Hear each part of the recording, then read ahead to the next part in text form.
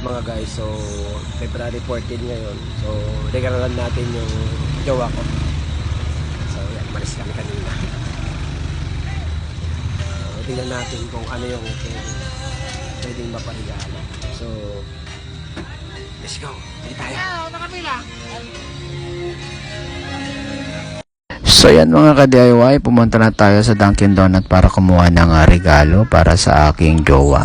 Kasi February 14 na yun mga ka-DIY, no? So mga ka-DIY, ang hirap palang mamili kung anong gusto ng aking kasama. Kaya yan, tignan ko lang kung anong maganda. Siyempre mahirap naman kung titingin ka lang, diba? Kaya bibili ka. So bumili ako, tapos binigyan nila ako ng flower, bigay ko daw sa aking jowa. Uy, flowers for you mama. Yan mga ka-DIY. So yan, yan, binabalot na pala nila yung aking binili. 6 yata yan or 12 aking binili. Nakalimutan ko na mga ka-DIY. So yan, binababalot ko na para pwede na nating regalo sa akin. So yan mga ka-DIY, okay na, nakakuha na ako ng pangregalo sa kanya, ang Dunkin Donut. Napakasarap yan po, ang pinakagusto niya na tinapay, no?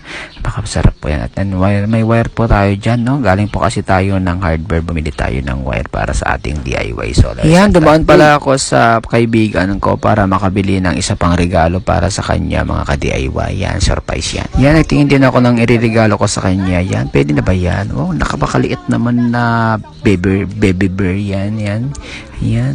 Ano kaya ipapangalan ko dyan sa white na baby bird? Na nga mga ka-DIY, dito pala galing si Pau Pau. Yan, shout out sa may-ari. Yan pala ang aking iririgalo sa aking jowa, si Pau Pau mga ka-DIY, para meron siyang kayakap-yakap, diba? Ang ganda. Diba ang cute ni Pau Pau? So let's go guys, bigyan na natin sa jowa ko yan.